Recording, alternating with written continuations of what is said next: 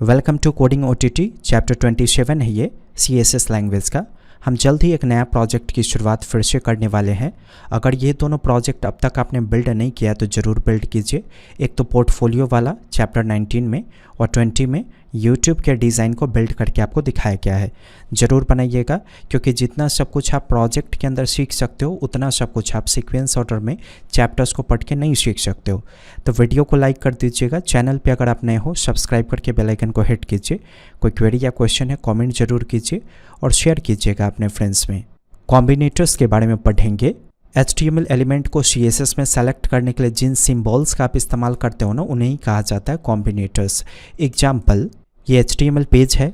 मैंने एक div tag को शुरू किया, पैराग्राफ टैग को शुरू कीजिए। मैं यहाँ पे ऐसे राइट कर देता हूँ मेन पैराग्राफ। इसके बाद एक और डिव टैग को शुरू कीजिए, फिर P टैग को मैंने शुरू किया, इसमें राइट कर देता हूँ नेक्स्ट पैराग्राफ। जरा दोनों डिव में ID का वैल्यू दीजिए। जैसे पहले डिव में मैंने ID का वैल्यू मेन डिफाइन कर दिया, सेकेंड वाला जो डिव है ना इसमें ID का वैल्यू डिफाइन कर दीजिएगा सेक्शन। स्टाइल की कोडिंग दो तीन तरीके से आप करना जानते हो, इंटरनल, एक्सटर्नल और इनलाइन। तो एक्सटर्नल प्रोजेक्ट में इस्तेमाल कीजिएगा। अगर किसी चीज़ को सीख रहे हैं तो प्रैक्टिस करने के लिए इंटरनल स्टाइल सेट का इस्तेमाल करेंगे। तो हेड टैग के अंदर स्टाइल टैग को शुरू किया मैंने, इसका मतलब हम इंटरनल स्टाइल सेट को फॉलो कर रहे हैं। यहाँ देखिए मैंने मेन के अंदर से P को सेलेक्ट किया, तो यहाँ पे एक सिंबल इस्तेमाल हुआ ना, किसका? स्पेस का। तो ये सिंबल क्या कहलाएगा? कॉम्बिनेटर। तो इस तरीके के 4 सिंबल इस्तेमाल आप करते हो CSS के अंदर, यानी कि 4 प्रकार के कॉम्बिनेटर्स है CSS में। पहला, जहाँ पे आप स्पेस देते हो दो एलिमेंट्स के बीच में, जैसे ये पहला एलिमेंट है, दूसरा, दोनों के बीच में स्पेस है ना। कलर का वैल्यू मैं चेंज कर देता हूँ रेड। फॉन्ट हाइफन फैमिली का इस्तेमाल कीजिए, सैंस हाइफन सेरिफ दे दीजिए। इसके बाद फॉन्ट हाइफन साइज़ का इस्तेमाल कीजिए, मैं सेट कर देता हूँ 60 पिक्सल। ऐसा हुआ। तो जब भी आप स्पेस का सिंबल देकर सेलेक्ट करते हो ना, तो इसका मतलब हो गया कि जो भी यहाँ पे पेरेंट एलिमेंट होगा, जैसे मेन पेरेंट एलिमेंट है ना, इसके अंदर जितना भी P होगा सब सेलेक्ट होगा आपका। जैसे पहला P ये है, एक और P है इसके अंदर, लेकिन ये जो P है वो ऑलरेडी फिर से किसी डिव का मेंबर है ना, फिर भी ये सेलेक्ट हो गया।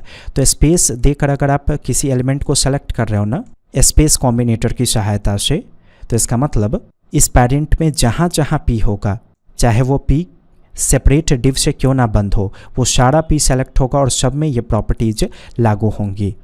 तो स्पेस कॉम्बिनेटर से सेलेक्ट करने का ये फ़ायदा होता है। अगला कॉम्बिनेटर है ये वाला सिंबल, जिसको आप चाइल्ड सेलेक्टर बोलते हो, ऑलरेडी आप पढ़ चुके हो। अगर आप इसका इस्तेमाल करते हो तो इसमें भी आपका P सेलेक्ट होगा मेन के अंदर से, लेकिन इस डिव का प्रॉपर चाइल्ड कौन है? पहला चाइल्ड P वाला ये है ना, तो सिर्फ ये सेलेक्ट होगा। ऐसा नहीं है कि पूरा P सेलेक्ट हो जाएगा इस डिव के अंदर। जो प्रॉपर मेन चाइल्ड होगा ना वो सेलेक्ट होगा। प्रॉपर मेन चाइल्ड कौन हो गया? ये P। ये वाला जो P है वो प्रॉपर मेन चाइल्ड नहीं है, क्योंकि ये वाला जो P है वो प्रॉपर मेन चाइल्ड किसका है? इसका है। अगर आप अभी सेव करके रन करोगे तो देखिए ये वाला P सेलेक्ट नहीं हुआ, जो प्रॉपर मेन चाइल्ड था वो सेलेक्ट हुआ और उसमें आपका डिज़ाइन लागू हुआ। तो ये अंतर होता है स्पेस कॉम्बिनेटर में और चाइल्ड सेलेक्टर वाले कॉम्बिनेटर में। अगला है एडिशन कॉम्बिनेटर या प्लस कॉम्बिनेटर। पढ़िए, कभी भी कॉम्बिनेटर दो एलिमेंट के बीच में इस्तेमाल होता है। जैसे यहाँ देखिए ये कॉम्बिनेटर है ना, तो दो एलिमेंट के बीच में इस्तेमाल हुआ। यहाँ एलिमेंट है, यहाँ एलिमेंट है, तो इसका मतलब प्लस का भी इस्तेमाल करना है तो कहाँ होगा? दो एलिमेंट के बीच में। तो अगर आप प्लस वाले कॉम्बिनेटर का इस्तेमाल करोगे, अच्छा आप चाहो तो स्पेस भी दे सकते हो, नो प्रॉब्लम। तो इसका मतलब ये हो गया कि इस डिव के बाद जो P होगा ना सिर्फ वो सेलेक्ट होगा। सेव करके रन कीजिए। देखिए अभी कोई भी P सेलेक्ट नहीं हुआ, क्योंकि हमने क्या किया है, हमने डिफाइन किया है मेन। इसका मतलब मेन के बाद कोई P है क्या? ये जो मेन है, क्या इसके बाद कोई P है? यहाँ पे नहीं है ना, इसलिए कोई फ़र्क नहीं दिखा। अभी जो P था वो कहाँ है? इस डिव के अंदर है। तो ऐसा नहीं है कि जब आप प्लस वाले कॉम्बिनेटर का इस्तेमाल करोगे तो चाइल्ड वाला एलिमेंट सेलेक्ट होगा, नहीं।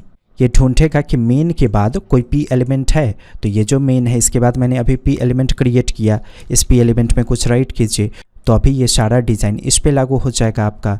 सेव करके रन कीजिए, देखिए लागू हो गया। लेकिन नोटिस कीजिए, मैं अगर मल्टीपल टाइम्स राइट कर दूंगा P और फिर रन करूंगा तो इन पे फ़र्क नहीं पड़ेगा, क्योंकि जब आप प्लस वाले कॉम्बिनेटर का इस्तेमाल करोगे ना तो इस मेन के बाद जो पहला P होगा ना उसी पे फ़र्क पड़ेगा, बाकी के P पे फ़र्क नहीं पड़ेगा।